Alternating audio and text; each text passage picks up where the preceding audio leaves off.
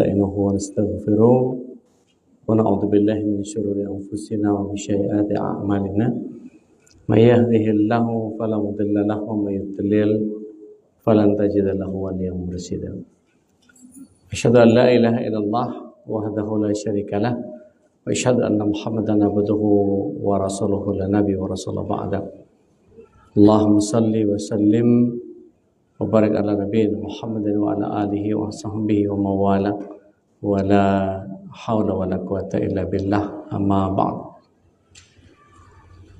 Ibu-ibu yang dimurkai Allah SWT, calon penghuni surga semuanya, kebersyukuran adalah sebuah keniscayaan, dan salawat serta salam semoga senantiasa tercurah ke hadirat Rasulullah SAW, berikut para keluarga, sahabat, dan para pecinta risalah dan syariat beliau hingga akhir zaman. Mudah-mudahan kita yang hadir pada kesempatan pagi hari ini bisa menjadi bagian dari golongan orang-orang yang mendapatkan syafaat beliau kelak di akhirat. Amin.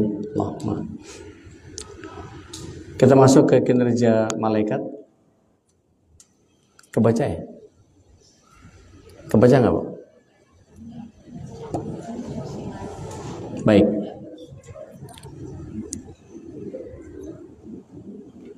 Berharap bahwa iringan doa terus dilantunkan kepada seluruh pembina, pengurus, dan semua jamaah di Masjid Al-Muhajirin ini, khususnya Majelis Taklim An-Nisa. Mudah-mudahan Allah senantiasa berikan hidayah, inayah, iradah, dan kudrahnya, terlebih ma'unahnya, untuk kita bisa mengistiqomahkan keislaman kita sampai akhir hayat kita, dan kelak ditutup dengan husnul khotimah dan kita bisa bersama-sama dengan keluarga di surga. Amin. Kinerja malaikat nanti setelah selesai baru saya share materinya ya, jadi biar nggak utak-utak HP, biasanya gitu soalnya. Al-iman ya bimalaikah, menurut bahasa kata malaikat ini merupakan kata jamak dari bahasa kata Arab malak, kekuatan. Masdarnya al-alukah yang artinya risalah atau misi, dan kemudian pembawa misinya disebut ar-rasul. Jadi Jibril itu disebut dengan pembawa risalah, dia disebut juga sebagai ar-rasul, membawa perintah atau membawa amanah kerasulan. Kita juga punya nggak amanah kerasulan? Juga punya, untuk menyampaikan kepada keluarga, kepada anak, cucu, ponakan, seluruh kerabat, tetangga, kiri kanan, depan belakang. Dan kita juga punya misi atau amanah kerasulan tanpa harus ngaku nabi ya. Kemudian malaikat adalah salah satu makhluk Allah yang diciptakan dari cahaya. Kalau nur itu jadinya malaikat, kalau nar setan dari kelompok jin ya. Jadi kalau apa bedanya nar sama nur? Kalau nur nggak pakai asap, kalau nar pakai asap, itu bedanya ya. Kalau api pasti ada asapnya, meskipun cuma api doang ya, pasti di ujungnya ada asap. Kemudian nur sifatnya tidak membakar, tapi kalau nur membakar, dan diberikan kekuatan untuk senantiasa taat kepada Allah Tabaraka wa Ta'ala tanpa bermaksiat sedikit pun. Kita buka surah Al-Anbiya ayat yang ke-19 sampai 20. Surah Anbiya itu 21.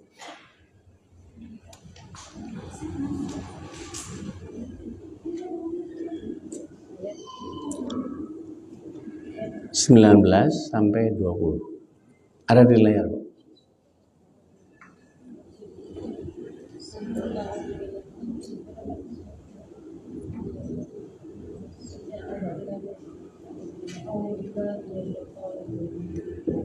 dan miliknya siapa yang di langit dan di bumi, dan malaikat-malaikat yang berisinya tidak mempunyai rasa ampuh untuk menyembahnya dan tidak pula mempersaliti. Mereka malaikat-malaikat bertasbih tidak henti-hentinya malam dan siang.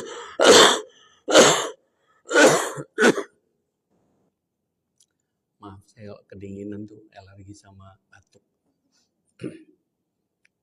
Jadi di ayat itu kalau menurut tafsir Jalalain dikatakan bahwa dan kepunyaan Allah lah segala apa yang ada di langit dan di bumi sebagai miliknya dan makhluk di sisi Allah, yakni para malaikat. Jumlah kalimat ini menjadi mubtada, sedangkan khobarnya adalah mereka tidak punya rasa angkuh untuk menyembahnya dan tidak pula merasa letih, tidak merasa payah dalam menyembahnya.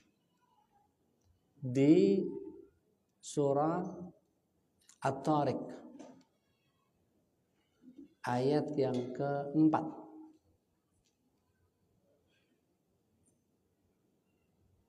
itu ada tambahan tentang penjelasan, tapi di ayat 20-nya di Anbiya dijelaskan bahwa mereka selalu bertasbih malam dan siang dengan tiada henti. Bertasbih bagi mereka bagaikan nafas dalam dirinya, tidak ada sesuatu yang mengganggunya.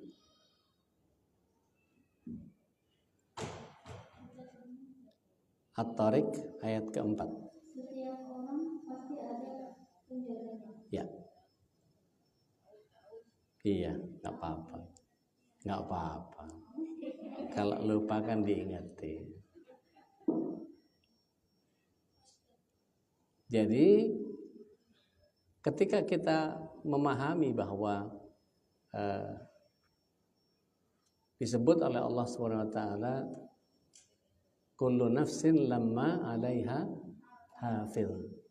Jadi pada setiap manusia itu pasti ada penjaganya.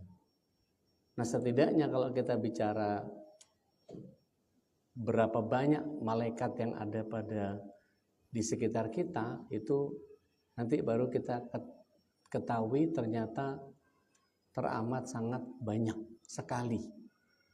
Berarti kok teramat sangat banyak sekali itu apa? Ya banyak banget. Udah teramat sangat banyak tambahin sekali. Iya, itu apa? Kalau dalam bahasa Arab namanya isim mubalaghah, ya, menyampaikan sesuatu dalam jumlah yang berkesangatan. Nah, kemudian kalau kita perhatikan apa saja yang kemudian bisa dikerjakan oleh para malaikat ini, dia adalah makhluk yang taat. Dalam hadis Bukhari disebut ketika Allah menentukan satu keputusan di langit, maka semua malaikat sama-sama memukulkan sayapnya karena tunduk dan firman kepada firman Allah Subhanahu wa ta'ala, sehingga seperti bunyi-bunyian yang sangat nyaring, sehingga apabila telah mereda rasa takut dalam hati mereka, mereka saling berbisik satu sama lain apa yang diucapkan Allah. Maka jawab yang lain kebenaran. Dia yang maha luhur lagi maha besar.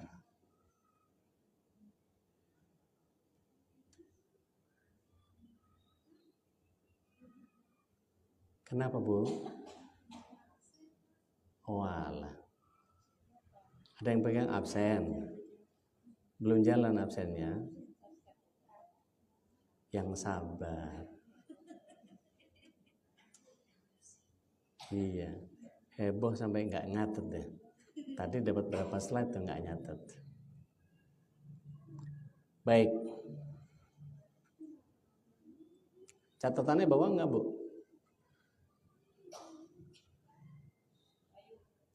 Catatannya bawa nggak? Ada isinya nggak ada catatannya? Iya, nggak usah heboh, cuman absen dong. Nggak absen juga nggak apa-apa. Apa potong gaji enggak kan? Nah, mengenai jumlah Rasulullah SAW menyatakan, sungguh aku mendengar langit berkeriut dan bergemertak. Beliau sampaikan, tidaklah ada satu tempat sebesar sejengkal kecuali ada seorang malaikat yang meletakkan dahinya sedang bersujud atau berdiri sholat. Dari jarak saya ke ibu paling depan yang paling dekat ini saja sudah berapa jengkal. Ke ujung yang paling belakang, padahal di depan ada bangku kosong, milih di belakang, berapa jengkal. Lagi nggak ada masalah sama saya kan? Kenapa duduk di belakang? Kayak nggak seneng banget sama ustadznya. Sakit hati dengannya. Iya, jangan diulang ini, yang terakhir ini. Besok saya datang depan dulu diisi. Kemudian Rasulullah SAW juga menyatakan bahwa ketika Isra Mi'raj, Rasulullah SAW naik ke Baitul Ma'mur setelah dari Sidratul Muntaha, ternyata beliau memperhatikan ada yang masuk ke dalam Baitul Ma'mur pada setiap harinya 70.000 malaikat dan tidak pernah keluar lagi sampai hari kiamat.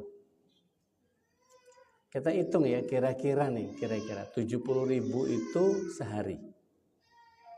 Padahal ini kejadian sudah 1400 tahun yang lalu. Kali 360 hari. Berapa tuh? Jadi makin banyak, makin penuh. Dan Allah jika berkehendak, begitulah maunya Allah.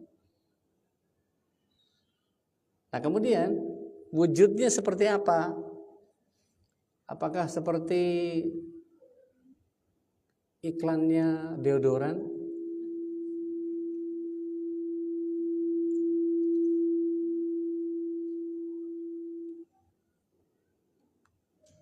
Jatuh dari langit ada sayapnya gitu, berupa perempuan seksi?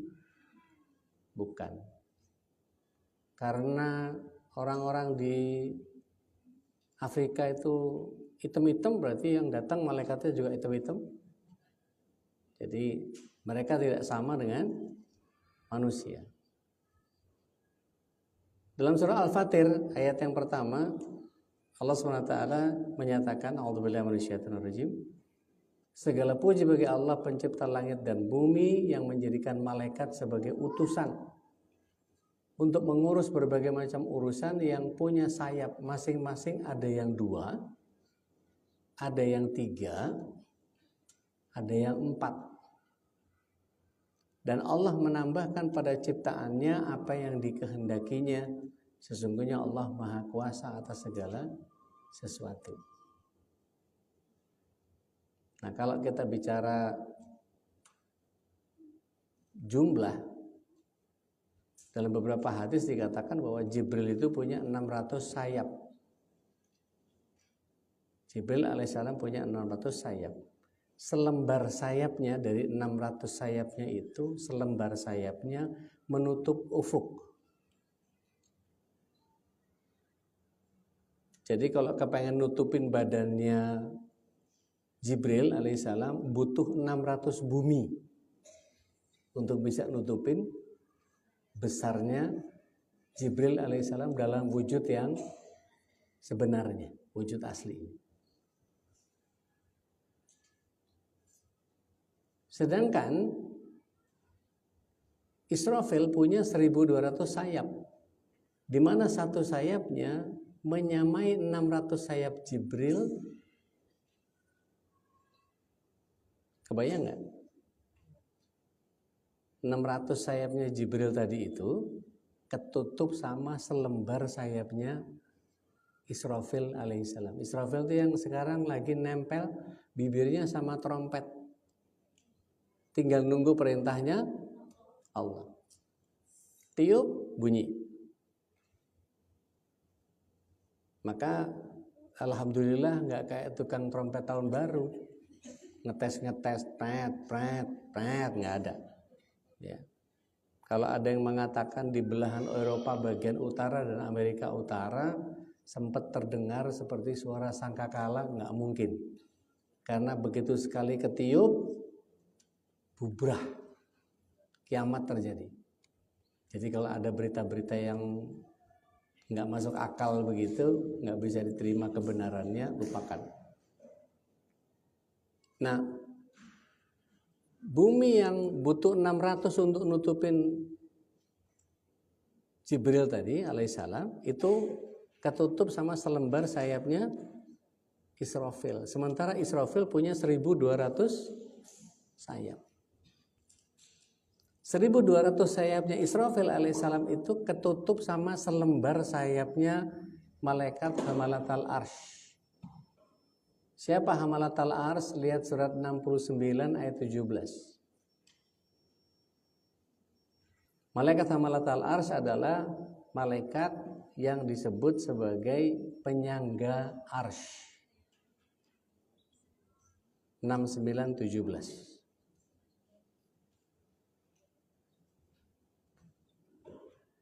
Ketemu? Silakan. Dan malaikat-malaikat berada di penjuru-penjuru langit, dan pada hari itu 8 orang malaikat menjunjung arsy Tuhanmu di atas kepala mereka. Iya. Tahu sih, nggak lupa kan? Kalau lupa ya nggak apa-apa. Iya. Jadi gini,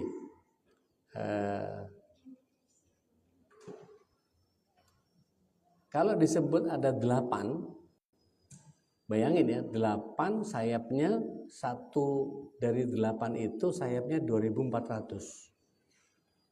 Yang selembar dari 2400 itu nutupin sayapnya Israfil yang 1200. Yang 1200 sayapnya Israfil itu selembarnya nutupin Jibril yang punya 600 sayap. 600 sayapnya Jibril itu selembarnya nutupin ufuk.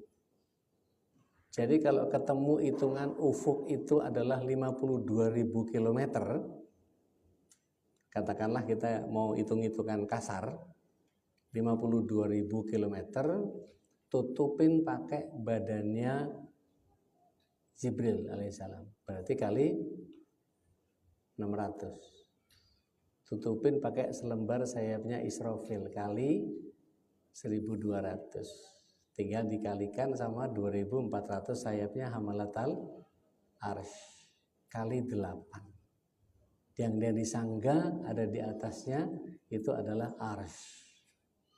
Berarti seberapa besarnya kita cuma bisa bilang Allahu Akbar. Kuasanya Allah seperti itu. Nah, taib. Tentang wujud malaikat ini mustahil bisa dilihat dengan mata telanjang karena mata manusia diciptakan dari unsur tanah, lihat kering dan lumpur hitam yang diberi bentuk. Tidak akan mampu melihat wujud malaikat yang asalnya dari cahaya. Rasulullah SAW melihat Jibril itu juga karena kehendak Allah.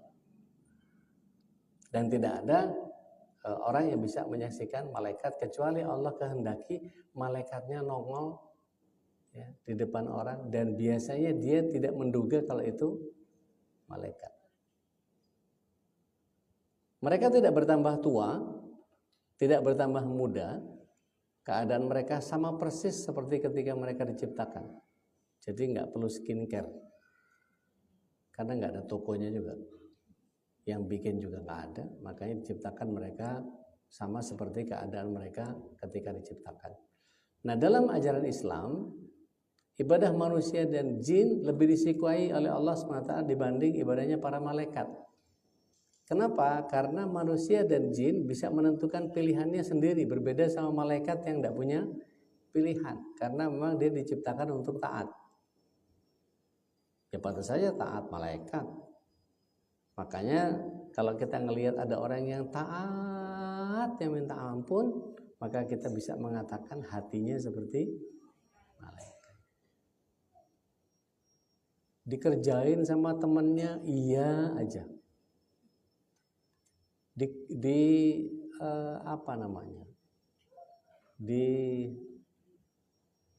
diambil duitnya, ditipu, macam-macam deh, dia tetap jadi orang baik dan tetap melakukan kebaikan. Makanya sering disebut sebagai berhati malaikat. Begitu juga sebaliknya, kalau ada orang lagi ngantri tol, udah ngurut panjang mau masuk kontraflow, tiba-tiba masuk motong nyelip di depan. Kelakuannya kayak, nah kan gitu gitu. Jadi itu mewakili. Dan malaikat ini tidak punya pilihan lain kecuali memang cuma taat aja sama Allah. Tidak punya keinginan malaikat itu. Dan mereka mengemban tugas-tugas tertentu dalam mengelola alam semesta. Ada yang kemudian menjaga keberlangsungan rahmat Allah untuk kita. Minimal setidaknya ada 3 malaikat rahmat yang setiap hari ngurus kita. Ini di salah satu dari 2 botol ini ada malaikat rahmat yang bisa mengantarkan air ini masuk ke mulut saya. Ada malaikat yang sekarang tidak kasat mata karena tadi nggak bisa di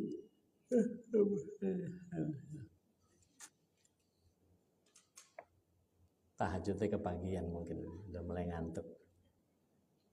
Jadi nggak usah dicari, biasaan. Jadi ketika ada orang mengerjakan sesuatu, maka kemudian biasanya malaikat ini punya tugasnya macam-macam. Nah, ada malaikat yang nggak tampak di kita itu malaikat rahmat yang bawa udara untuk masuk ke paru-paru kita sesuai jatahnya. Jadi nggak usah khawatir kalau misalnya kita AC-nya mati terus keselepekan gitu, keselepekan itu ya. Kalau orang Jawa bilang itu kayak kehabisan napas. Ya, ngap. Ya, nggak usah khawatir karena ada malaikat rahmat yang pasti bawa udara. Nah, ada nanti malaikat rahmat yang mengantarkan makanan untuk kita. Yang ketika kita mau wafat, 3-tiganya pamit. Pertama yang bawa makanan, Pak Dodi, jatahnya Pak Dodi udah habis ya. Saya nggak nemu lagi di seantero bumi ini yang jatahnya ada tulisan buat Pak Dodi. Ini yang terakhir saya kasih ke Anda. Saya pamit ya. Assalamualaikum. Begitu pamit, mau disonde, mau diinfus, mau di apapun, nggak masuk makanan itu. Jadi kalau ada yang sakit terus kok udah nggak mau makan, udah jatahnya habis. Yang kedua yang pamit, yang ngasih minum. Pak Dodi nggak ada satu tetes pun yang jatahnya buat Pak Dodi. Ini saya nganter yang terakhir nih, nggak ada lagi habis ini. Tugas saya selesai. Saya pamit ya. Assalamualaikum. Maka air mau sebanyak apapun diguyurin ke saya nggak akan bisa masuk.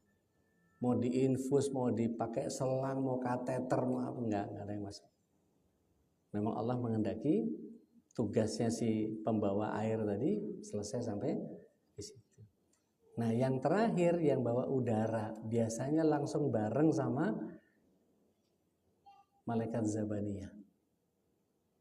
Siapa malaikat Zabaniyah ini? Malaikat maut. Jadi begitu dia pamit, udara selesai dan tidak ada lagi jatahnya Pak Dodi. Saya pamit, assalamualaikum, langsung nazak kita dicabut. Selesai sudah. Paripurna tugasnya malaikat rahmat. Ya. Nah nanti kita pretelin satu-satu nih. Saya nggak janji bisa selesai dalam 1 kali pertemuan. Ya. Tapi kalau misalnya nanti banyak pertanyaan, boleh kita nanti ulas lagi. Nah, sayap malaikat tadi Rasulullah SAW pernah melihat Jibril dalam bentuk aslinya. Dia punya 600 sayap. Setiap sayapnya menutup ufuk dan dari sayapnya berjatuhan berbagai warna mutiara permata yang hanya Allah saja yang tahu keindahannya. Berarti kalau hanya Allah saja yang tahu keindahannya berarti apa? Bagus banget. Bagus banget. Yang keindahannya cuma Allah yang tahu. Gimana itu? Jadi habis cara berpikir kita untuk keindahan yang datang dari Allah itu. Jadi kalau yang kita bayangkan, oh keindahan itu seperti ini, seperti ini, seperti ini, nggak nyampe. Maka kalau ada film apa Peter Pan, ada Tinkerbell yang terbang ke sana kemari bawa glitter, nah itu inspirasinya dari hadis ini. Yang kalau terbang terus bawa glitter, nah itu infonya dari sini. Punya ide ada peri yang bisa terbang ke sana kemari terus ngerontokin glitter, itu dari sini. Nah, di dalam kitab Bina wa Nihaya, Ibnu Katsir menyatakan bahwa sanadnya bagus dan kuat. Dan dalam kitab Al-Musnad, sanadnya hadis ini sahih. Mereka adalah makhluk yang teliti dan sangat disiplin. Jadi nggak ada telat-telat gitu. Kajian 9:30 datang jam berapa gitu, nggak ada tuh. Malaikat kalau masih telat berarti manusiawi ya Bu ya. Iya. Soalnya dulu tadi Ustadz ini apal segala macam. Dalam surah Al-Infitar ayat yang ke-10 sampai 12 disiapin. Mereka sangat teliti dalam melaksanakan semua amanah yang diberikan oleh pencipta dan pemilik mereka. Sehingga tidak satupun tugas yang diberikan kepada mereka berani mereka lalaikan. Dan sungguh atas kalian senantiasa ada malaikat yang senantiasa menjaga, yang mulia lagi senantiasa mencatat. Kalau dibaca kiraman katibin, itu bukan nama, tapi sebutan untuk tugas. Kiraman yang dimuliakan, katibin yang mencatat. Tiba-tiba ada guru yang ngajin, ini namanya malaikat kiraman sama malaikat katibin. Baik, ketemu Al-Infitar 82 10 sampai 12 silakan. Dan sesungguhnya bagi kamu malaikat-malaikat. Tahu sih udah belum? Iya, mesti diulang-ulang lagi tuh. Surat 1698 itu. Dan sesungguhnya bagi kamu ada malaikat-malaikat yang mengawasi pekerjaannya, yang mulia di sisi Allah dan yang mencatat tujuannya. Nanti ada yang 12-nya? Mereka mengetahui apa yang kamu kerjakan. Iya. Jadi nanti ada yang namanya Raqib Atid. Sangkainya nama, ternyata apa? Raqib itu akrab, dekat. Atid mengamati. Sampai ada yang mengartikan Raqib di sebelah kanan, Atid sebelah kiri. Jadi kalau mau maksiat, goyang-goyangin aja pundak kiri biar nggak kecatat sama malaikat Atid. Nggak gitu. Emang nyatetnya pakai tangan. Teknologinya udah canggih. Iya, rekamannya pakai kameranya kamera stealth. Langsung nyambung ke server ya, real time online. Maksima terabyte. Online itu. Dan Allah yang pegang servernya nggak akan salah itu narok klasternya, karena di Ars nggak ada mati lampu kan.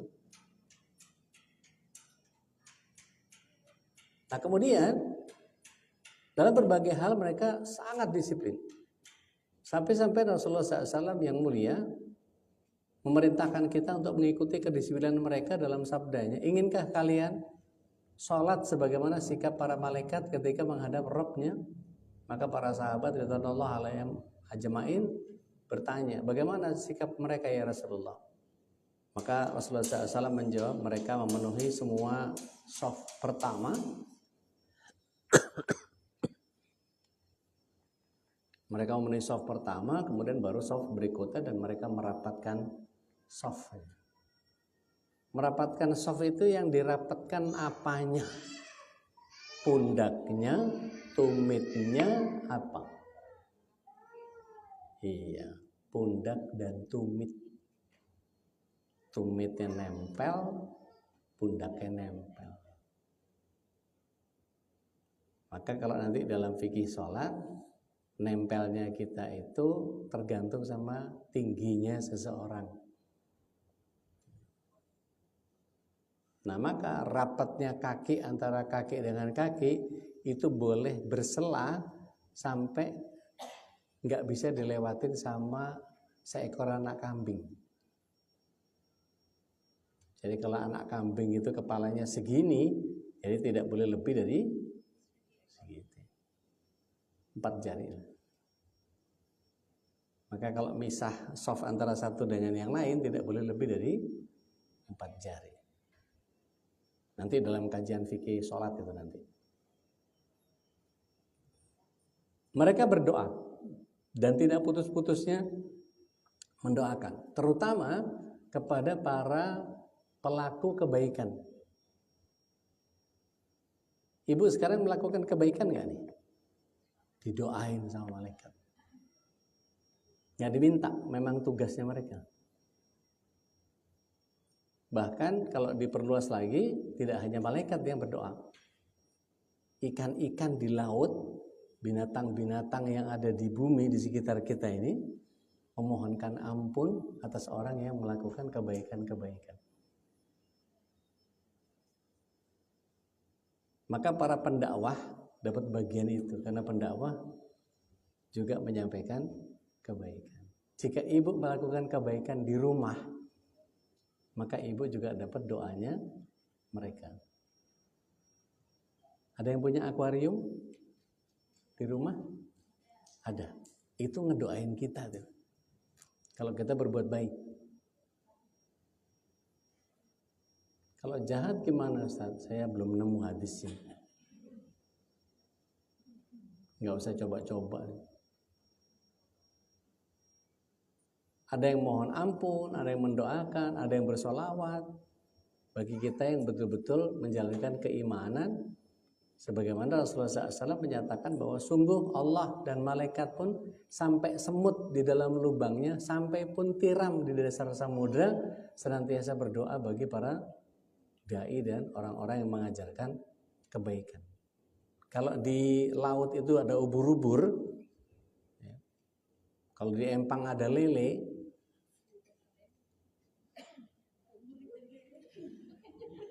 loh, itu ngedoain juga, Bu. Dibahas.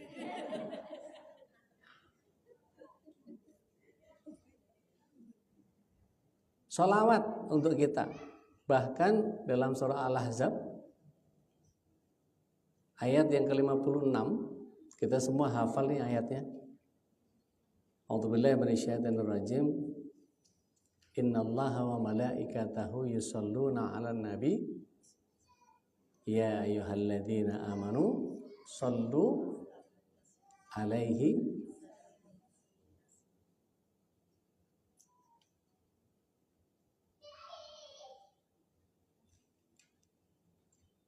Jadi tidak hanya salawatnya tapi juga salamnya. Dan dalam hadis yang lain dikatakan bahwa sungguh malaikat senantiasa bersalawat untuk seorang di antara kalian selama ia masih di tempat sholatnya sepanjang ia belum berhadas. Kalau lagi zikiran habis ba'da sholat, kan kita biasanya suka geser sedikit setelah sholat sunnah atau apa, itu kita zikir supaya nyaman duduknya, nggak senggolan dengkul sama kiri kanan. Maka kemudian ketika kita bersolawat, maka mereka malaikat itu juga memohon kepada Allah. Apa permohonannya? Di antaranya adalah Allahumma firlahu warhamhu. Allahumma firlahu warhamhu. Allahumma firlahu warhamhu. Sampai kita lepas wudhu, tiba-tiba lagi zikir, tahu-tahu tut, nah baru dia pergi, karena malaikat nggak senang bau yang busuk. Yang sedang bau busuk itu setan atau makhluk yang seperti jin dan seterusnya. Nah, ini hadisnya jelas. Oke. Lalu mereka juga punya cinta yang tulus ikhlas. Cinta mereka tulus dan seketika, spontan. Ketika Allah Subhanahu wa taala mencintai seorang hamba yang beriman, misalnya nih, ada salah satu ibu pagi tadi sedekah ke kotak infaknya masjid, titip sama suami, titip sama anak, Mas titip 50.000 buat infak subuh, masukin plus. Maka yang terjadi adalah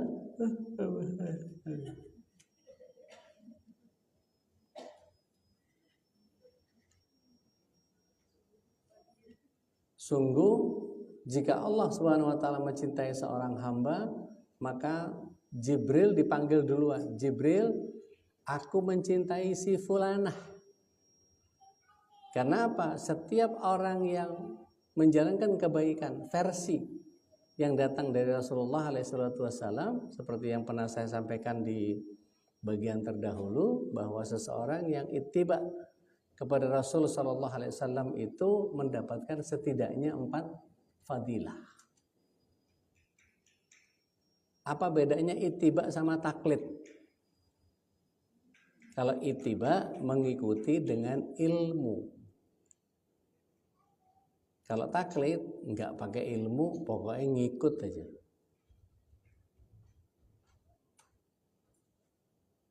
Contoh, ibu bisa pegang bagian sini, nah kan, itu taklid. Asal ngikut aja. Ngapain mencet-mencet begini? Disuruh apa aja, ya. Itu taklid. Tapi kalau orang yang ittiba, ditunggu dulu, instruksinya biar jelas dulu. Ibu bisa pegang ini. Nah, untuk apa, Ted? Dicari ilmunya dulu, biar apa? Ngapain? Nggak ada, saya iseng aja, udah nggak ikutin. Maka ittiba itu begitu. Nah, kepada Rasulullah SAW kita mesti ittiba, mengikuti dengan ilmu. Jadi nggak boleh kalau nggak pakai ilmu. Karena begini, mencintai Rasulullah SAW itu harus juga perintah Allah Tabaraka wa Ta'ala. Ada nggak perintahnya Allah memerintahkan kita untuk ikut Rasulullah SAW? Ikut, gitu. Seandainya nih Allah SWT tidak pernah meminta kita untuk ikut kepada Rasulullah SAW, perlu ikut nggak? Enggak. Jadi kita cinta kepada Rasulullah SAW itu karena Allah. Jadi jangan sampai membuat satu kelebihan-kelebihan yang kemudian kita nisbatkan kepada Rasulullah SAW sampai-sampai seolah-olah Rasulullah SAW ini Tuhan.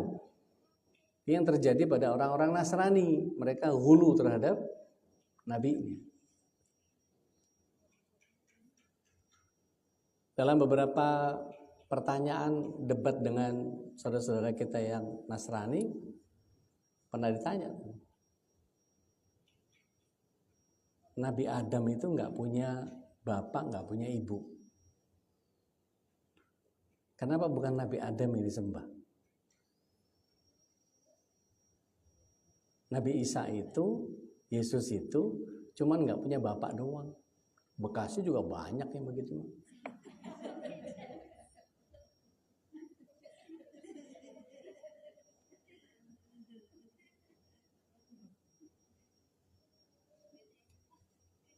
TKW banyak yang begitu. Pulang-pulang bawa bayi. Ke Arab-Araban lagi. Arab maklum.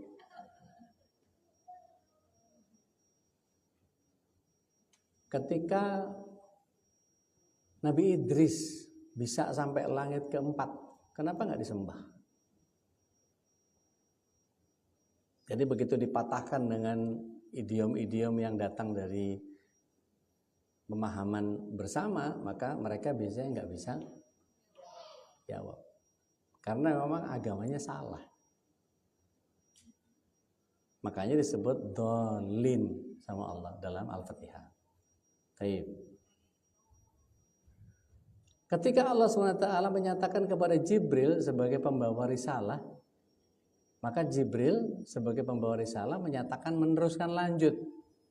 Jadi dari Allah Tabaraka wa Ta'ala di Ars ngomong sama Jibril, Jibril ke penghuni langit bumi, yaitu para malaikat yang tadi di surah At-Tariq ayat yang ke-4.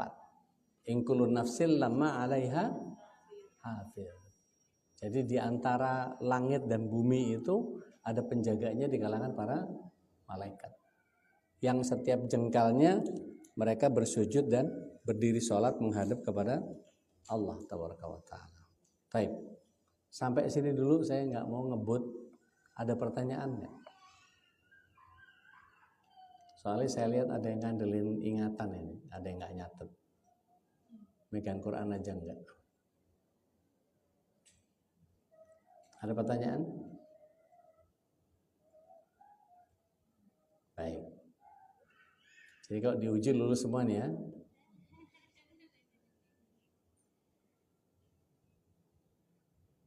Nah maka ketika Allah menyatakan aku mencintai si fulan, nah mencintai dalam konteks bagaimana mendatangkan cintanya Allah, balik lagi kita harus ittiba.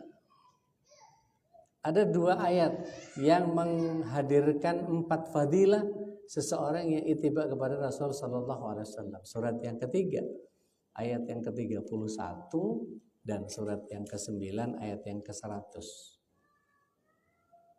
Di situ ada kata ittiba.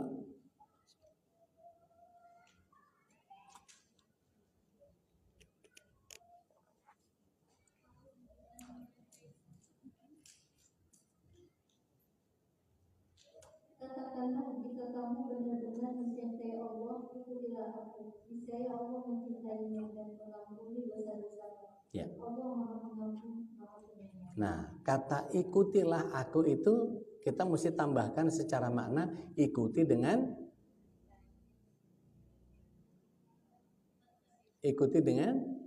ilmu.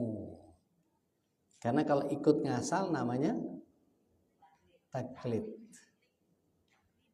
Taklid itu ngikut tanpa ilmu. Itu kalau orang Jawa bilang tuh pecah gesang dari Pak Ustadz. Jadi kalau Pak Ustadz yang ngajakin nyemplung sumur.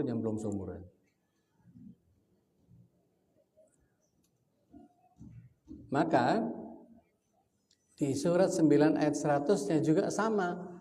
Kata ittiba atau mengikuti itu ada juga di ayat itu.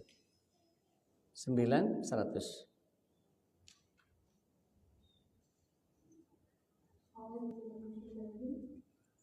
Orang-orang yang terdahulu lagi yang pertama-tama masuk Islam di antara orang-orang Muhajirin dan Ansor dan orang-orang yang mengikuti mereka dengan baik, Allah ridho kepada mereka dan mereka pun ridho kepada Allah. Masya Allah. Allah menyediakan bagi mereka surga-surga yang mengalir sungai-sungai di dalamnya.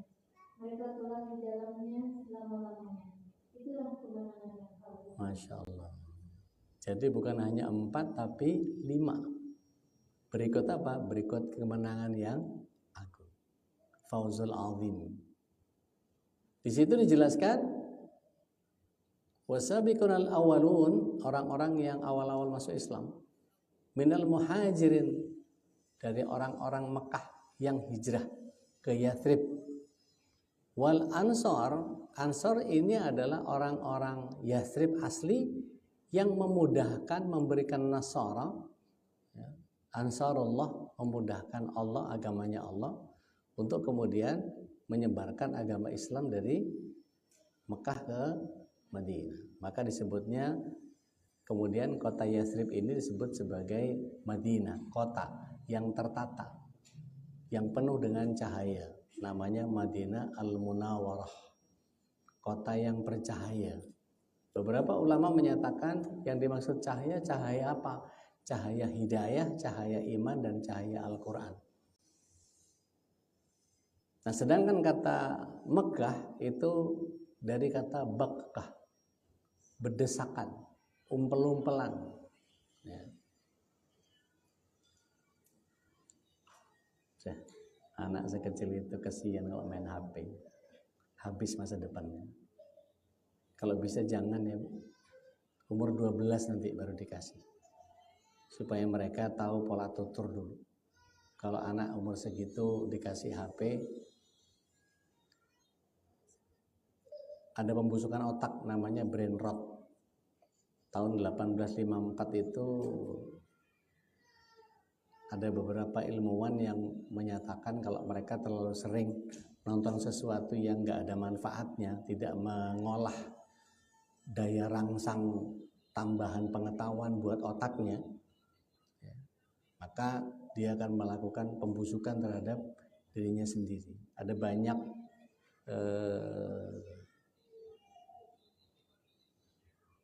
artikel di beberapa kajian itu, sosmed adalah yang paling merusak, diantaranya TikTok.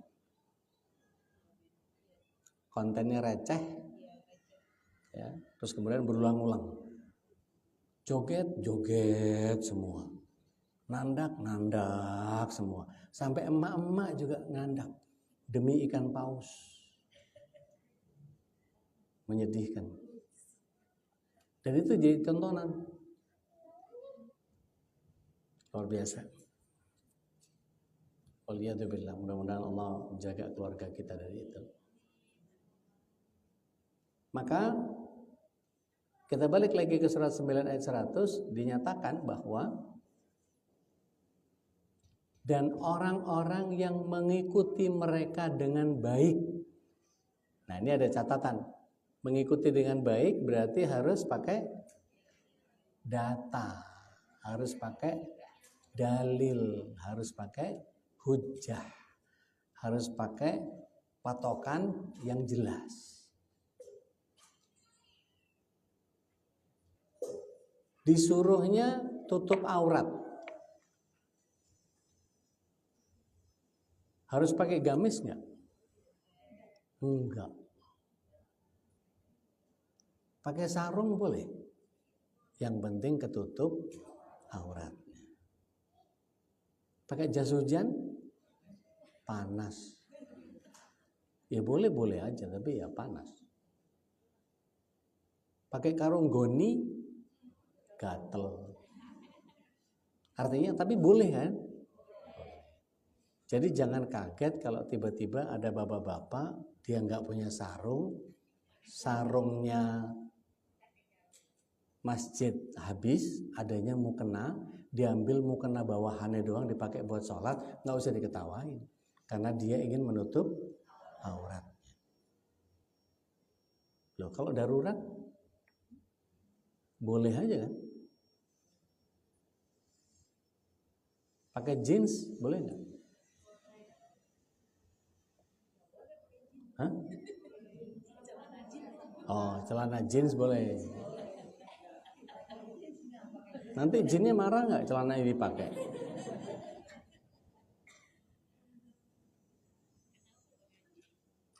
Iya, yang penting tutup aurat. Kalau ibu-ibu kaos kaki perlu dipakai nggak? Baiklah.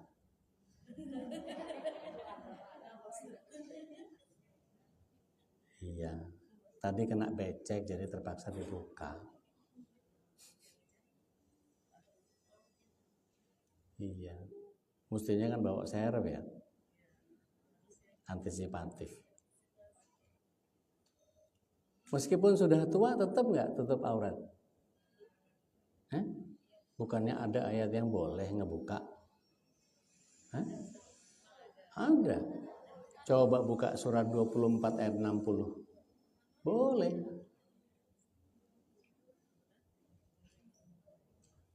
Kalau sudah menopause, udah keriput semua, nggak ketolong sama anti aging, nggak ketolong sama skincare, mau direndam sama putih telur malah tambah kisut.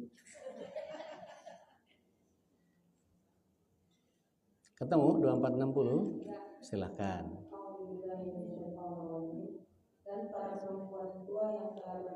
terkait mengandung yang tidak ingin menikah lagi, maka tidak ada dosa menanggalkan pakaian luar. Mereka dengan tidak bermaksud menampakkan kebiasaan, tetapi memelihara pemaksaan adalah lebih baik diberikan. Allah telah mendengar yang mengetahui. Boleh nggak buka jilbabnya? Nah, pertanyaannya adalah ayatnya turun dalam bahasa Indonesia atau bahasa Inggris?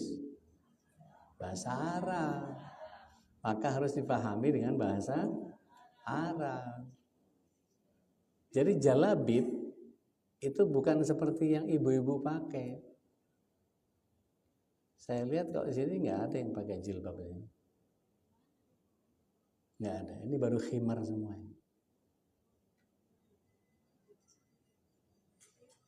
Jadi kayak apa jilbab itu, Ustaz? Ibu pernah nggak ingat Ustazah Lutfiah Sungkar Layarham? Apa kesan ibu ngelihat cara beliau berpakaian? Ribet.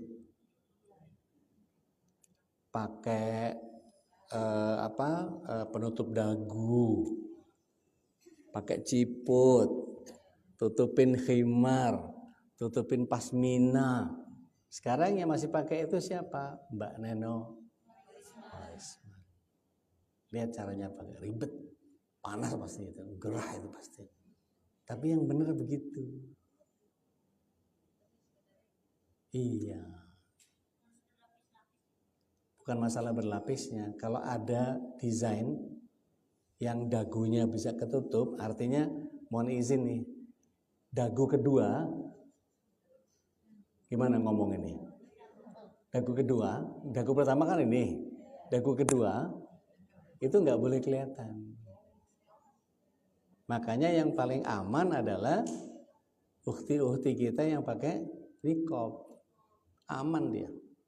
Anti aging nggak perlu pakai, skincare zaitun juga jadi, iya, nggak pakai SPF 65 lah, apalah segala macam, serum anti aging bla bla bla, mana mahal lagi, ditipu sama dokter lagi.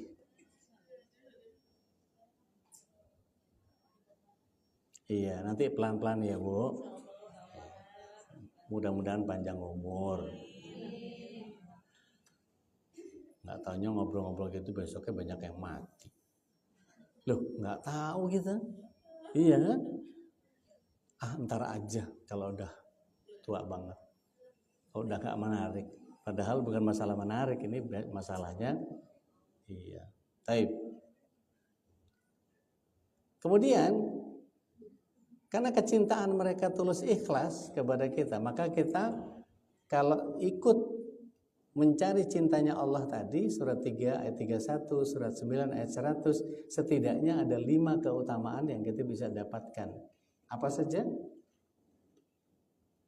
Loh, tadi kan udah dibaca bareng-bareng. Dicintai Allah, terus diampuni dosa-dosanya, terus Allah ridho, dapat surga, kemenangan yang agung. Masya Allah, tabarakallah. Istrinya siapa itu?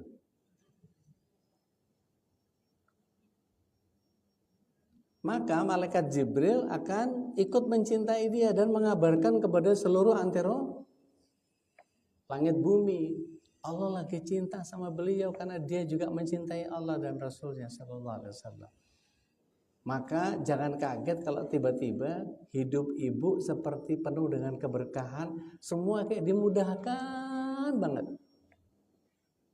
Pernah nggak Bu berangkat dari rumah udah agak telat, tapi begitu sampai di jalan ketemunya lampu merah, hijau lagi, hijau lagi, hijau lagi, hijau lagi. Terjadi setiap hari?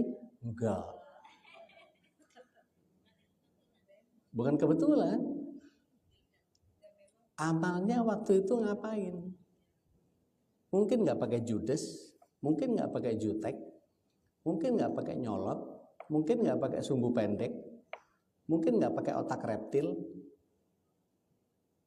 Sehingga yang dia pahami, saya menjalankan hidup ini karena Allah. Sebetapa menyebalkan pun suami. Loh gitu. Karena suami itu ya Allah ya Rabbi.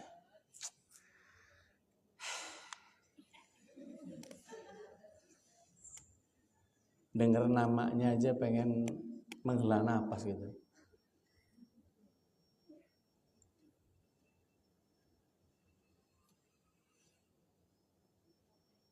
Ada ustadz nanya ke jamaah, Bu, kalau ibu masuk surga, kepengen gak ketemu sama bapak lagi? Pengen lah ustadz. Begitu bapak-bapak ditanya, Pak, kalau masuk surga nanti mau gak ketemu sama ibu? Harus ustadz. Kenapa? Bawel banget dirinya. Di dunia aja nggak bikin surga, di rumah gimana mau baiti jannati, nyinyirnya minta ampun. Masih harus ketemu lagi di surga. Ya salam.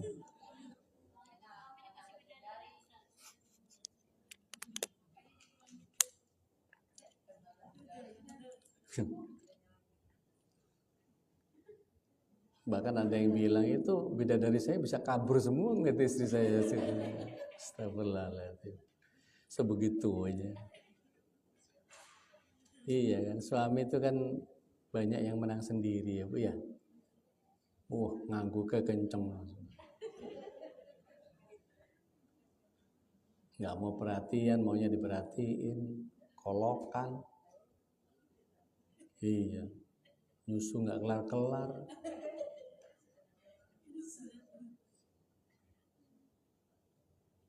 Belum lagi gampang ngambek, sensi. Nyebelin pokoknya. Iya. Itu makanya saya nggak mau nikah sama laki-laki. Jadi kalau ada yang menikah sama laki-laki, rasakan olehmu. Itulah kemudian penting kita mencintai karena Allah, bukan mencintai karena manusia. Capek. Berharap kepada manusia banyak kecewa. Kalau berharap sama Allah banyak bahagia. Maka kadang-kadang kalau pernikahan itu Bu, tidak diciptakan oleh Allah untuk membuat kita bahagia. Kadang-kadang ada pernikahan yang memang sengaja Allah bikin, dikasih pasangan yang kayak itu tadi, supaya apa? Makin tangguh. Ada yang disuruh makin sabar. Nggak usah ngacung. Jangan sok menderita sendiri. Yang lain sama. Disuruh tambah sabar, disuruh tambah tabah, disuruh lebih taktis, disuruh lebih strategis, disuruh lebih cerdik. Dan kita nggak tahu bagian per bagian orang itu punya masalahnya masing-masing kan. Tapi begitu ibu mencintai karena Allah, Allah yang akan melembutkan hati suami. Ada banyak suami yang bisa memuliakan begitu banyak istri. Dan kalau dihitung pakai list merah biru, merah itu nggak baik, biru itu baik, atau merah hijau deh. Itu listnya sebetulnya banyakkan hijaunya, tapi begitu ada satu merah, hijaunya kayak kapus semua. Dan itu tabiatnya perempuan begitu. Jadi jangan sampai menghilangkan banyaknya hijau kebaikan dengan hanya beberapa merah saja. Emang kamu nih nggak pernah ada baiknya.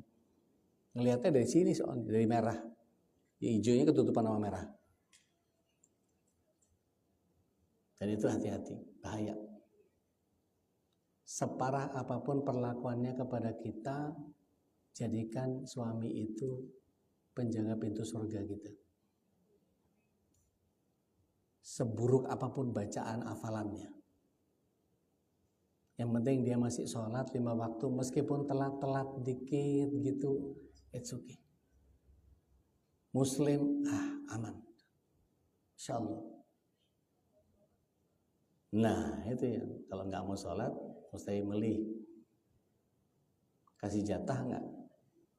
Nah gitu.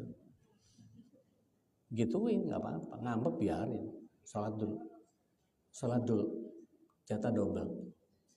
Begitu, mesti tricky bu. Loh, kalau masih bisa dikasih tahu, kasih tahu. Nggak ada tahu, kasih sayur. Nggak ada sayur, sambal ditambahin. Gitu. Sampai kalau kemudian dia ngotot nggak mau karena dia benci sama Islam, tinggalkan. Bismillah. Gitu. Selama bukan Islam yang dia benci, gitu. Sambil minta sama Allah, Allahumma khlufli khairan minha. Ya Allah, berikan ganti yang lebih baik. Baik. Ketika cinta para malaikat ini tulus ikhlas, mereka tidak minta kita doakan. Ada Rasulullah SAW mengajarin kita, mari kita bersyukur kepada para malaikat. Ada? Cukup kita mentaati Allah Tabaraka wa Ta'ala, maka malaikat diciptakan untuk mencintai kita. Itu dalam hadis riwayat Bukhari Muslim dalam bab Lu'lu' wal Marjan. Ya.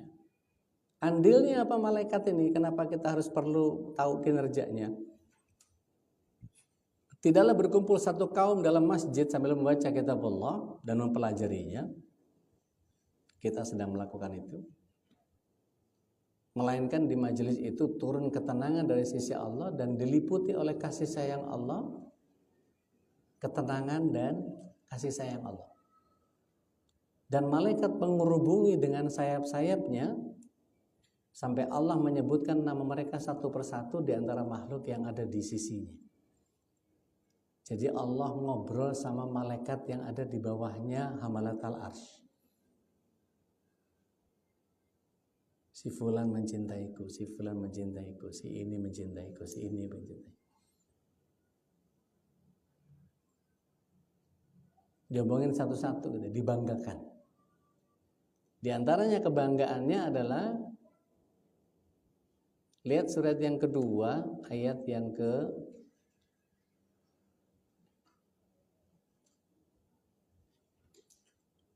30 atau 28? 30.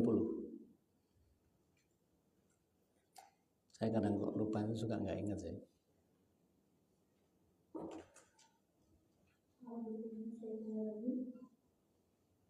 Ingatlah ketika Tuhan berfirman kepada para malaikat, aku hendak menjadikan khalifah di bumi.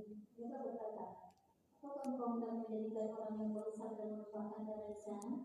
Sedangkan kami senantiasa bertasbih memujimu dan mensucikan nama-Mu. Ya. Dia berfirman, sungguh aku mengetahui apa yang tidak kamu ketahui. Ya. Jadi waktu Nabi Allah Adam alaihissalam hendak diciptakan, hendak baru mau akan, belum, baru mau akan.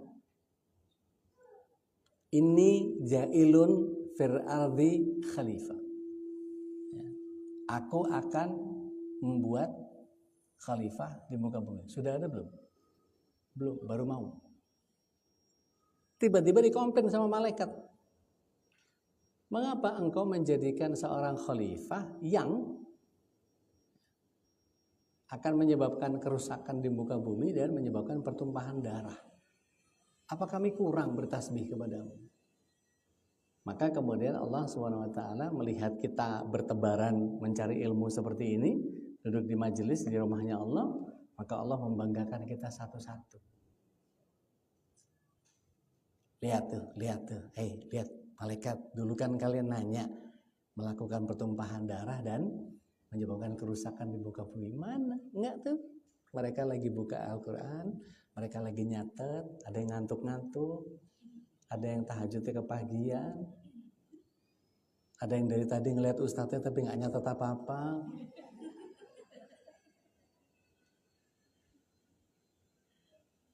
Dibanggain satu-satu sama Allah. Jadi nggak terbukti sangkaannya malaikat dulu waktu pertama bikin Nabi Adam. Maka petala langit yang pertama sampai bumi itu dipenuhi sama sayapnya malaikat rahmat sampai petala langit yang pertama. dan mengucurkan rahmat Allah dan ketenangan. Makanya sampai-sampai majelis ilmu itu bisa menghilangkan ain.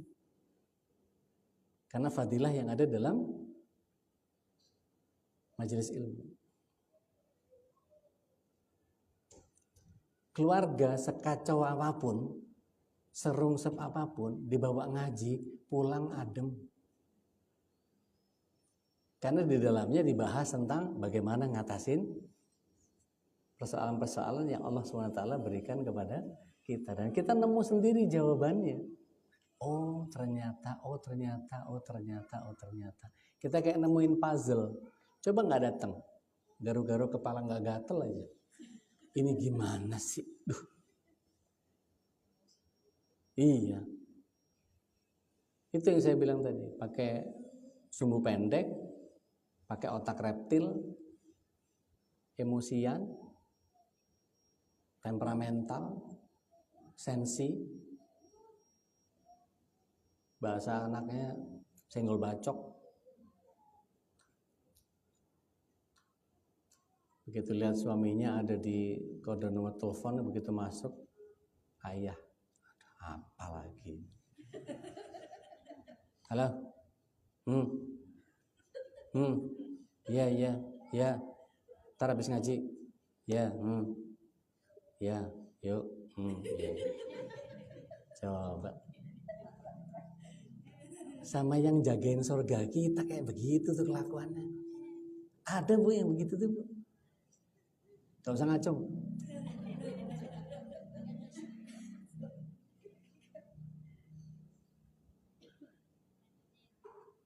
Padahal mestinya begitu suaminya itu disambut dengan izin Pak Ustadz terima telepon. Dulu sebentar keluar. Assalamualaikum sayang. Kok iye? Gitu mestinya. Loh, nggak lebay. Rasulullah SAW itu kalau manggil istrinya apa? Pernah manggil hot gitu pernah? Kepada Ibunda Khadijah? Nggak ada. Ya Habibullah, wahai kekasih Allah. Padahal yang Habibullah siapa? Rasul SAW. Ibunda Aisyah dipanggil Syah gitu, ada? Duh, panggil pakai nama yang indah, sebutan yang bagus. Kata Rasulullah SAW itu qaulun bil ma'ruf itu satu dari 3 ciri pernikahan yang bahagia. Qaulun bil ma'ruf itu jaga omongan. Ibu mau tinggi semampai, cantik, wangi, body aduhai, semeluhe, sweet cetak ser.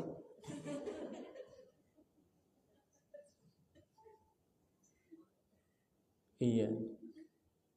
Begitu suami nelfon terus nggak dijaga lisannya, nggak ada satupun perempuan yang bisa cantik dengan lisan yang kotor. Cantiknya hilang.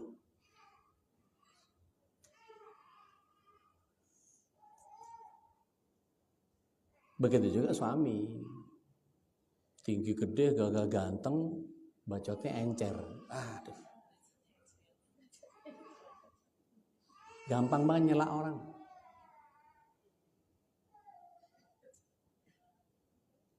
Jadi kalau orang-orang Betawi tempat saya daerah Gabus itu, waduh encer banget itu. Itu kalau ngomong nggak ada yang pas didengar, Bu. Beneran kalau ngomong tuh. Makanya kalau ya alhamdulillahnya mantu saya Betawi semua sih. Tapi Betawi sopan gitu. Bukan Betawi yang ditolak doanya. Karena ada Betawi yang ditolak doanya, Bu. Ya Allah, gue minta sama lo kasih ngapa sama gue? Kan ditolak doa begitu, Bu. Songong bener sama Allah.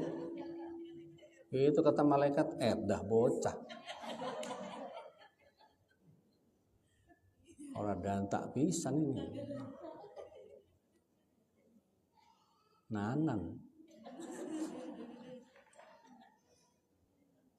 Kebanyakan kumpul orang gabus kan. Iya. Nah, maka kemudian disebutkan oleh beberapa hadis yang lain bahwa petala langit yang pertama itu penuh dengan saya malaikat rahmat yang menaungi kita. Maka ada banyak manfaat dari majelis ilmu yang kita duduki sekarang ini, tidak hanya mendatangkan ketenangan, rahmat, tapi ada orang yang bisa sembuh dari penyakit ainnya karena majelis ilmu. Ada yang banyak persoalan di rumah, tapi begitu datang ke majelis ilmu, selesai persoalannya. Karena begitu baca surat, baca ayat, baca hadis, baca ini, oh gitu toh mestinya. Sehingga dia punya kesimpulan sendiri terhadap persoalan-persoalan yang mampir dalam kehidupan dia, sehingga bisa memberikan konklusi terhadap apa yang dibahas di situ. Padahal tidak sedang membahas dia. Mau pulang duluan sayang? Mau pulang duluan? Situ duduk sama mama situ. Nih, dapat minum dari Pak Ustadz nih. Misalnya ini. Nah, kalau bayangkan betapa banyaknya malaikat yang bertebaran di antara langit bumi sampai ke langit yang pertama. Langit pertama itu ditebarkannya bintang-bintang. Saya pernah belajar astronomi di Lembang bersama Ustadz Hendro Setianto. Beliau S2 astronomi di ITB, 15 tahun di Boscha. Kalau ada yang mau kontaknya, tulis saja Ustadz Hendro Setianto. Sosmednya banyak. Ada Instagram, ada TikToknya juga, ada FB-nya. Saya sering kontak sama beliau. Urusan hilal itu biasanya mepet-mepet ke beliau semua. Hendro Setianto. Terus beliau nyatakan bahwa jarak antara bumi ke langit yang pertama, point to point, ya, point to point, itu sekitar 200.000 parsek. 200.000 parsek itu, satuan parsek itu satuan antariksa. Yang kalau ibu googling nanti ketemunya satu parsek itu setara dengan 1,37 triliun kilometer cahaya.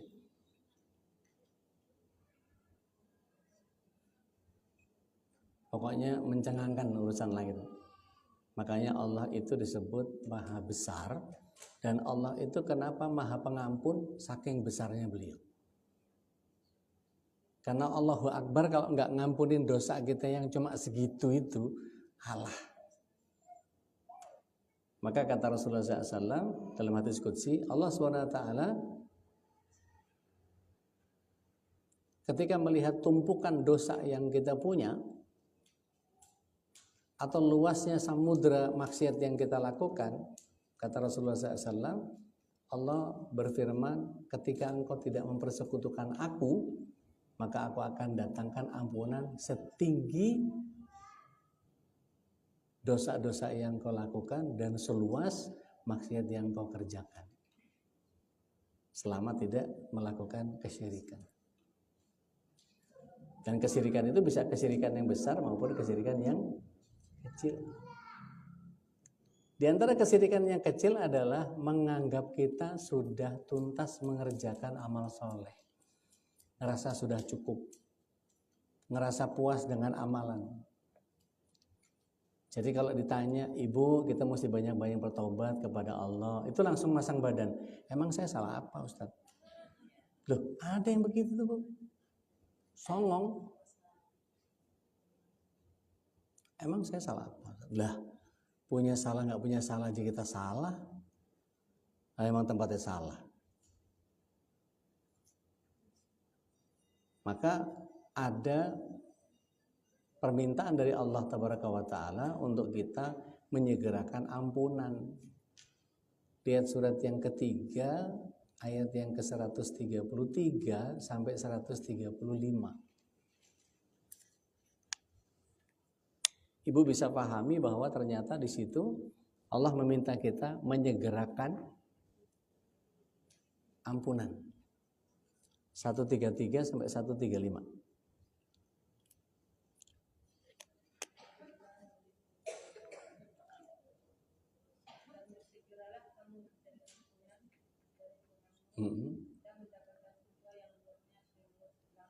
Ya. yang disediakan bagi orang-orang yang bertakwa, yaitu orang-orang yang berinfak baik suatu lapang maupun sempit, Ya. dan orang-orang yang menahan amarahnya dan memaafkan kesalahan orang lain. Dan Allah mencintai orang yang berbuat kebaikan. Ya. Dan juga orang-orang yang apabila mengerjakan perbuatan keji atau menzalimi diri sendiri, segera mengingat Allah, lalu memohon ampunan atas dosa-dosanya. Ya. Dan siapa lagi yang dapat mengampuni dosa selain Allah, dan mereka tidak menunjukkan perbuatan dosa itu, sedang mereka melakukannya. Masya Allah. Bersegeralah kamu kepada ampunan yang datang dari Tuhanmu. Wasari'u ila maghfiratim min rabbikum. Kalau ibu ada yang pernah umroh, pasti sering dengar kata dari para askar, surah, surah ya haji. Haji, haji, haji ya, surah, surah. Surah itu suruh buru-buru, suruh cepat buka jalan. Ini jalannya orang udah selesai sholat, biasanya lewatnya sini, jangan tutup jalannya.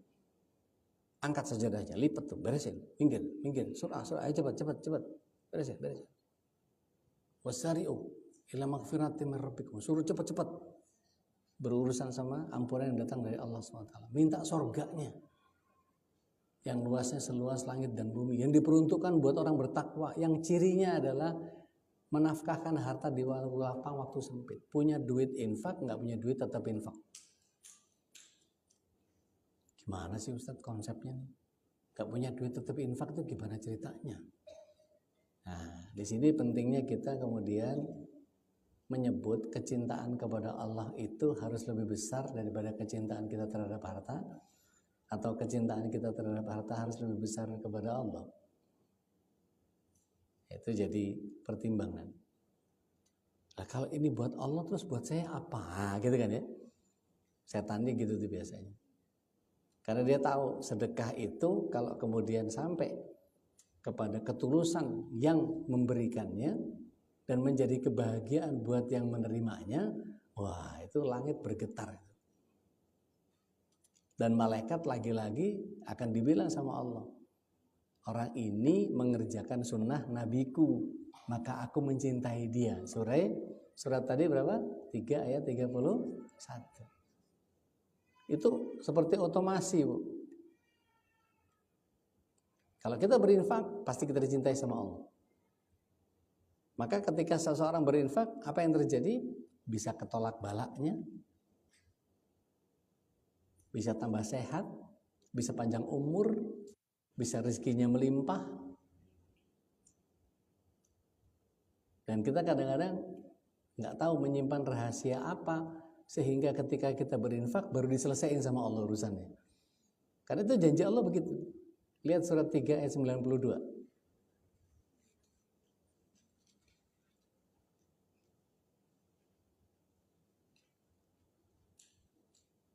A'udzubillahi minasyaitonir rajim.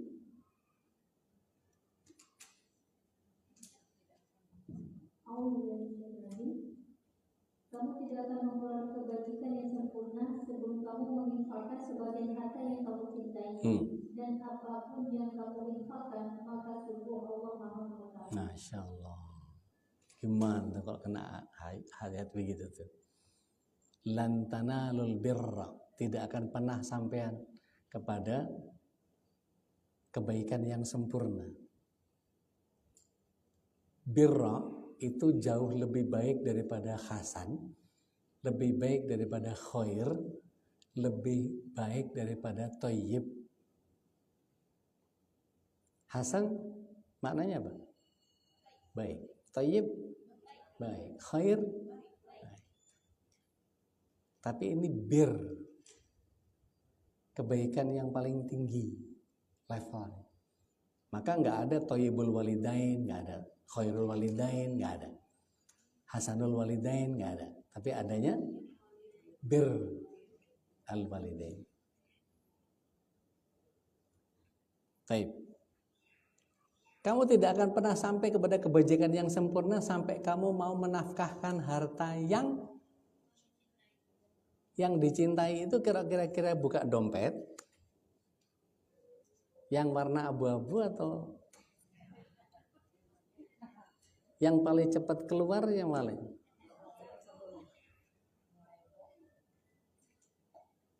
apalagi yang udah punya pengalaman lebih tinggi dari kerabatnya.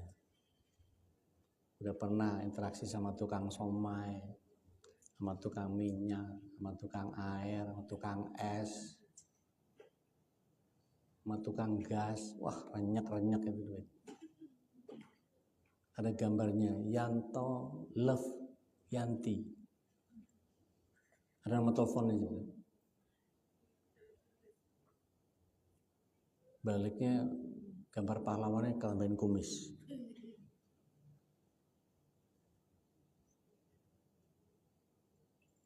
Nah, kemudian tugasnya apa saja? Nah, ini banyak. Mereka beribadah kepada Allah SWT seperti yang tadi kita sudah baca di surah Anbiya ayat 19 ayat 20. Bertasbih kepada Allah tanpa bosan maupun terpaksa. Ada yang membawa wahyu kepada para anbiya maupun Rasul sallallahu alaihi wasallam, yakni Jibril. Ya. Di surat yang kedua ayat ke-97. Ada yang tugasnya cuma mohon ampun aja bagi kaum yang beriman. Di surat 2 ayat yang ke-98. Meniup sangkakala, ini Israfil yang tadi di Az-Zumar. Ya, 68 sampai 70. Ada yang mencatat amal perbuatan manusia dan jin, surah Qaf. Ya, ayat 16 sampai 18. Oke. Saya nggak mau buru-buru, kita baca satu-satu.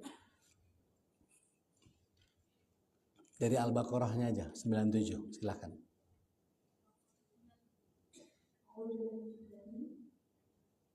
Katakanlah barang siapa yang menjadi musuh Jibril, maka ketahui apabila bahwa Jibril yang telah menurunkan Al-Quran ke dalam hatimu dengan izin Allah, membenarkan apa kitab-kitab yang terdahulu dan menjadi petunjuk serta berita gembira bagi orang-orang yang beriman. Orang Syiah itu sebel sama Jibril. Karena mereka menyatakan yang bawa wahyu itu sebetulnya bukan Jibril tapi Mikail. Ngarang kan? Karepel. Bahkan kadang ada Syiah yang mempertuhankan Husain. Jadi bukan ya Allah, ya Allah, ya Allah, ya Allah, bukan itu. Tapi ya Husain, ya Husain, ya Husain, ya Husain. Kenapa Husain? Kenapa Hasannya enggak? Karena yang menikah dengan orang Iran, orang Persia itu Husain. Hasan enggak nyambung. Maka mereka lebih mengutamakan yang jadi hubungannya ke mereka. Itu majusinya ngaku Islam.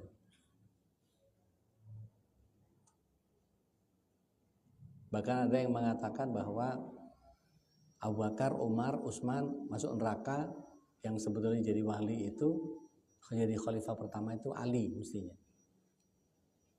Dan macam-macam spekulasi mereka dengan data yang mereka buat-buat. Allahu yahdik. Ayat 98-nya silakan. Barang siapa yang menjadi musuh Allah, malaikat-malaikatnya, rasul-rasulnya, Jibril dan Mikail, maka sesungguhnya Allah adalah musuh bagi orang kafir.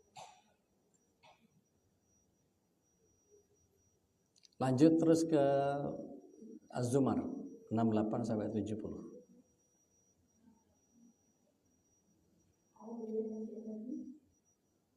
Yang kamu berpaling darinya, aku tidak mempunyai pengetahuan sedikit pun tentang al-malakul a'la, malaikat itu, ketika mereka berbantah-bantahan. Yang diwahyukan kepadaku bahwa aku hanyalah seorang pemberi peringatan yang nyata. Oke. Terus sampai 70. Sampai 70?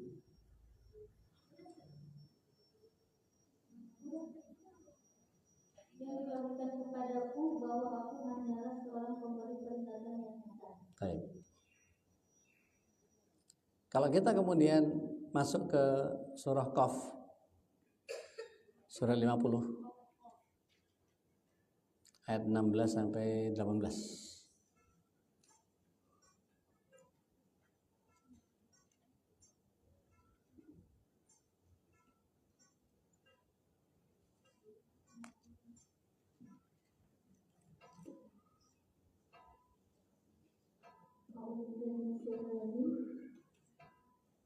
Sungguh kami telah menciptakan manusia dan mengetahui apa yang dibisikkan oleh hatinya, dan kami lebih dekat kepadanya daripada urat lehernya.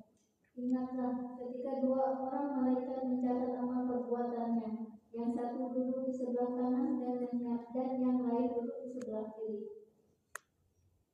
Tidak ada suatu kata yang diucapkannya, melainkan ada di sisinya malaikat pengawas yang selalu siap mencatat.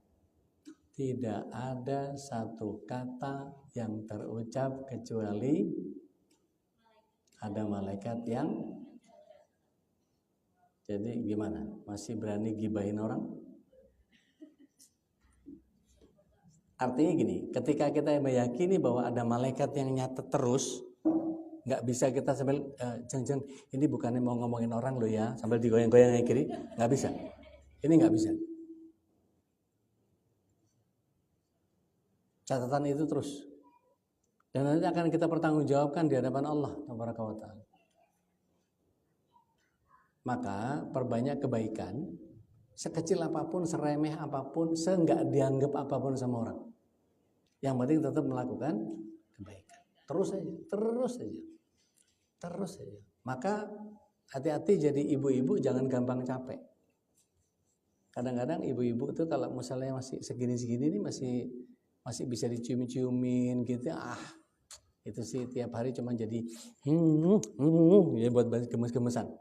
Nanti gedean dikit mulai bukan nguyel-nguyel pipi, dada yang diuyel-uyel.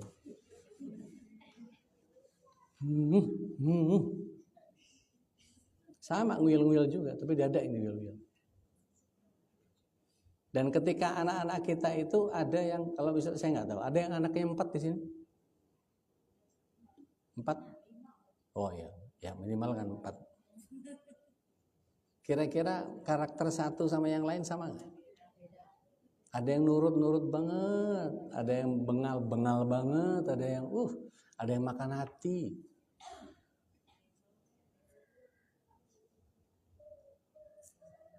Nah yang begitu itu jangan sampai kemudian ibu terlontar omongan, udah ya, ibu terakhir nih yang ngomong sama kamu ya. Jangan sampai. Karena tugas kita membawa dia sampai ke surga. Jangan sampai kemudian berhenti karena kekesalan kita, nggak sabar kita, kipasnya kelihatan lebih kenceng, yuwas wisuf, visudur, udah. Ya. Udah ya, ibu nggak mau ngasih tahu kamu lagi. Ini terakhir ibu ngasih tahu sama kamu, nggak boleh. Terus aja ingetin. Ibu tugasnya cuma ngingetin, nak. Hidayah punya Allah. Kalau mau kamu jemput ya itu urusan kamu sama Allah. Karena nanti urusan kita nafsi-nafsi. Tapi kalau kamu mau ikut ibu dalam perkara iman ini, ngumpul kita di surga. Kalau nggak mau, Nabi Nuh aja nggak bisa ngelarang anaknya. Nabi loh itu.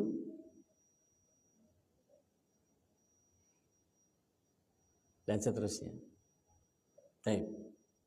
Sampai di sini dulu. Ada pertanyaan nggak? Ya.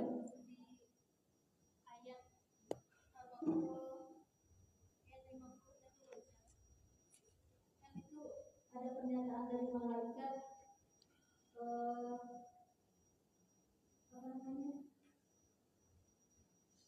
seakan-akan malaikat sudah tahu kalau manusia itu 30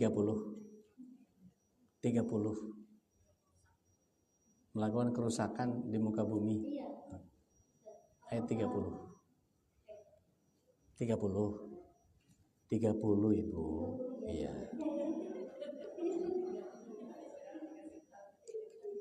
Ngeyel. Gini, saya menjelaskannya dengan slide yang lain. Ini intermezzo tapi karena ditanya, jadi saya harus bicara. Allahu Akbar.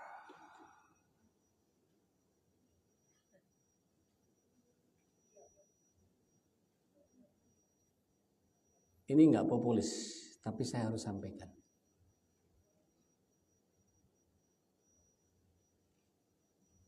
Saya kasih judul materinya Darwin Theory is right. Teori Darwin itu benar. Ini judulnya. Ibu jangan lihat saya kayak gitu, biasa aja. Saya belum jawab ini.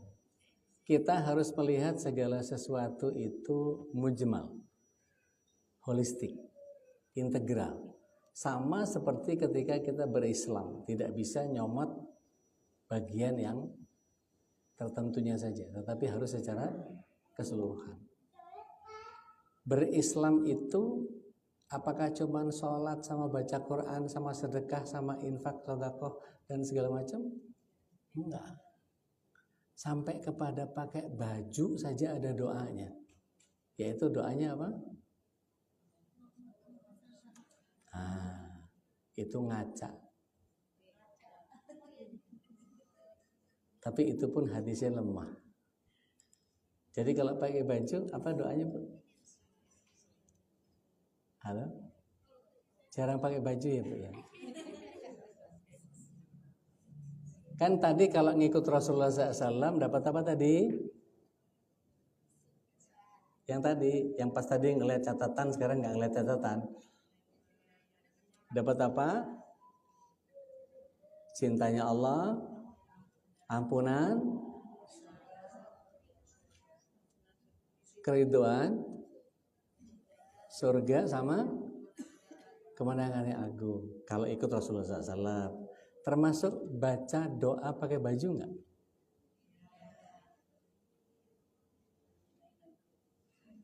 Alhamdulillahilladzi kasani hadza thauban wa razaqani min ghairi haulin minni wala quwwah. Maka ketika kita baca doa itu, ketika kita pakai baju, Allah memberkahi seluruh hidup kita selama pakai baju itu. Enggak kepengen.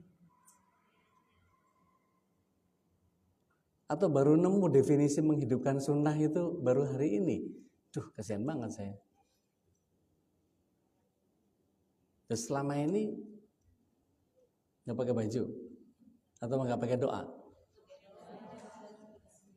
doa ngarang sendiri, ngasal, tidak mengikuti dengan baik seperti surat 9 ayat 100. Dapat nggak ridhonya Allah tuh? Enggak, ngarang soalnya, ngadi-ngadi. Maka berislam itu harus utuh. Surat 2 ayat 208 menyatakan a'udzubillahi minasyaitonirrajim, ya ayyuhalladzina amanu dkhulu fis-silmi kaffah fala tattabi'u khutuwatis syaitan innahu lakum aduwwum mubin.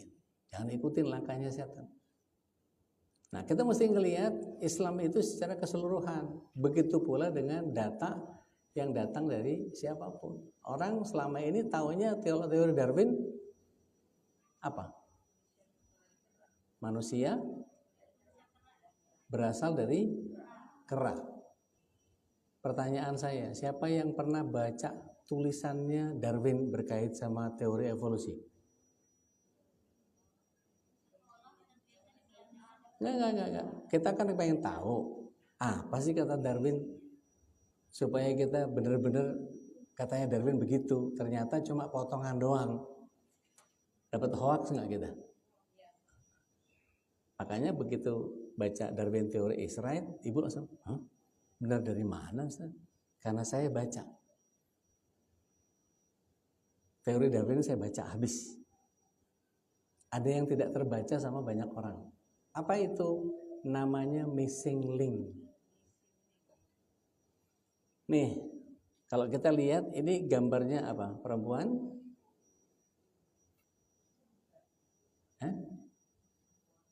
Perempuan yang kira-kira bayangan ibu cantik atau enggak nih orang? Cantik ya. Maka kalau ngelihat jangan sepotong-sepotong, lihat secara utuh dulu, baru komentar. Paham maksud saya enggak? Teori evolusi, Darwin mengatakan dari primata hanya berhenti sampai Cro-Magnon. Cro-Magnon itu yang kalau kita hitung 6,5 juta tahun yang lalu, ada yang namanya Pithecanthropus erectus. Homo soloensis kalau di Solo, Homo javakensis kalau di Ngawi. Pelajaran HPU kelas 6 nih. Mereka binatang, bukan manusia.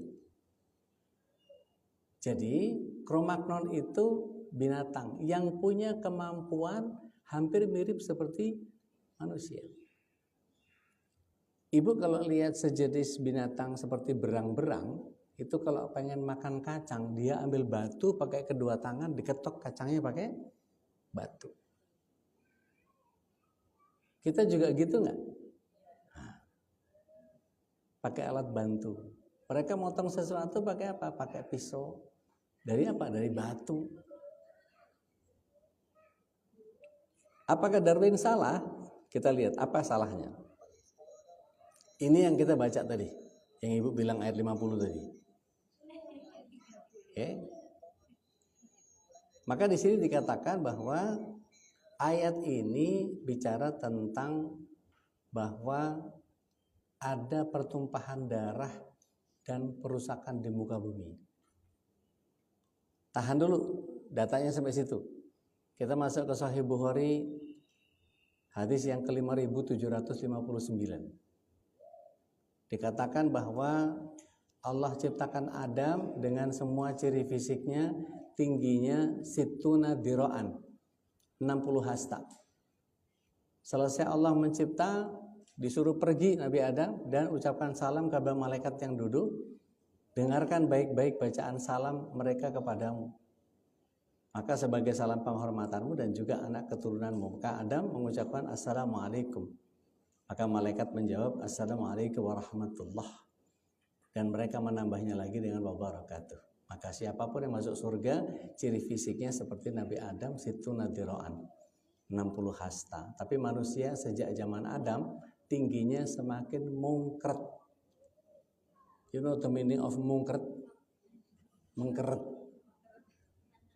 Nah, Profesor Muhammad Yusuf menyatakan di dalam surat yang kedua ayat 30 tadi itu adalah yang dilihat oleh malaikat melakukan pertumpahan darah dan kerusakan di muka bumi bukan Nabi Adam.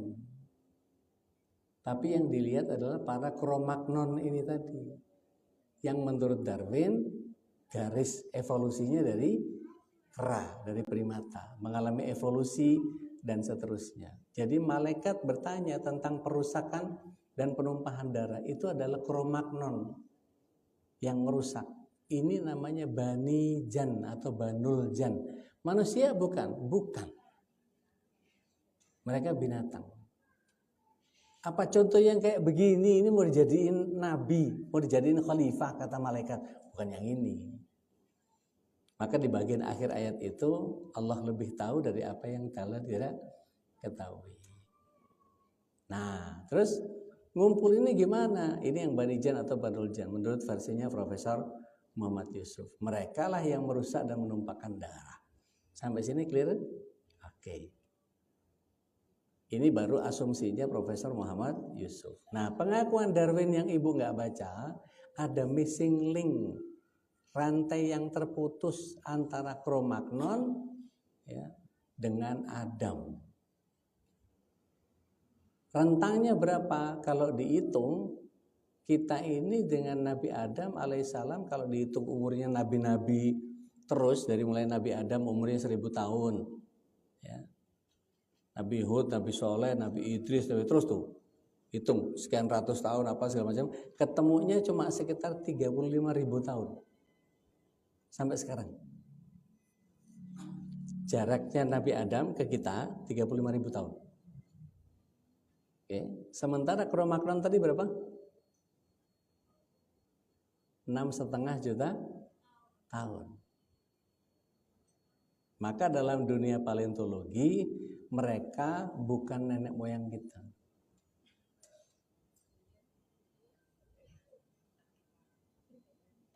Mereka pakai batu seperti kapak, iya. karena pakai insting bukan pakai akal. Nah, missing link-nya terjadi di mana? 35.000 tahun yang lalu dari Cro-Magnon ke manusia modern ini ada rentang tinggi dulu senabi Adam, baru makin turun 35.000 tahun makin mungkret setinggi kita sekarang. Yang kalau ditanya tingginya Cro-Magnon semana? Ya sekitar, tapi lebih pendek, rata-rata 160-an something. Apa? Semeter kotor. Jadi manusia surga itu 60 hasta versinya Imam Bukhari, ya, makanya dinosaurusnya itu segitu-segitu gede. Padahal Nabi Adamnya lebih gede. Dinosaurus sama Nabi Adam duluan mana? Dinosaurus. Karena jutaan tahun yang lalu, sementara Nabi Adam baru 35.000 tahun yang lalu. Nah, Rasulullah SAW, hadisnya Bukhari nih, disimak Bu, yang ngobrol dulu. Setiap orang yang masuk surga wujudnya seperti Adam, panjangnya 60 dhira', dan setelahnya, setelah Nabi Adam, postur tubuh manusia terus berkurang sampai sekarang. Mungkin kebanyakan micin. Ya. 60 dhira' itu sekitar 25 sampai 30 meteran. Tergantung dhira'-nya. Kalau dhira' saya ini 40. Kalau dhira'-nya Umar itu duduk di kuda, kakinya napak. Kuda Arab ya, bukan kuda Subang. Ya. Itu pasti 50 meter, 50 sentian itu. Nah, kalau 50 berarti 30 meter. Tergantung dhira'-nya orang. Nah, kalau kita mendapatkan informasi tentang rujukannya adalah harus datang dari Al-Quran dan Sunnah. Surat 4 ayat 59. A'udzubillahi minasyaitonir rajim. Ya ayyuhalladzina amanu athi'ullaha wa athi'ur rasul wa ulil amri minkum fa in tanaza'tum fi syai'in farudduhu ila Allah wa rasulih. In kuntum tu'minuna billahi wal yawmil akhir dzalika khairu wa ahsanu ta'wila. Dan informasi yang belum tentu benar tidak bisa dianggap benar kecuali datang dari Al-Quran dan As-Sunnah. Jadi ada begitu banyak dugaan, prasangka, asumsi yang bisa saja benar, tapi harus diyakini bahwa yang benar cuma datang dari Al-Quran dan As-Sunnah saja. Gitu. Clear ya? Baik. Nah, ngejelasin itu aja ngabisin waktu. Kita baru sampai slide yang ke berapa ini?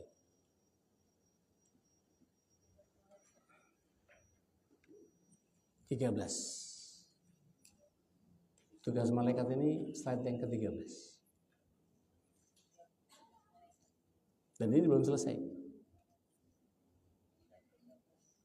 Kita ketemu lagi Ramadan atau setelah Ramadan? Ramadan. Alhamdulillah. Biasanya banyak yang tutup pengajian. Sedih banget. Oke, ingatkan saya tugas malaikat yang kedua. Kita ketemu lagi di Ramadan, insya Allah tugas malaikat yang kedua. Insya Allah nanti saya share ke Bu Ketua materinya. Ada lagi pertanyaan? Baik. Kita sudahi dengan kafarat majelis. Subhanaka Allahumma bihamdik asyhadu an la ilaha illa anta astaghfiruka wa atubu ilaik. Kurang lebihnya mohon maaf. Billahi sabil haq. Akhir da'wana alhamdulillahi rabbil alamin. Wassallallahu ala nabiyina Muhammad wa ala alihi wa sahbihi ajma'in. Assalamualaikum warahmatullahi wabarakatuh. Waalaikumsalam warahmatullahi wabarakatuh. Baik.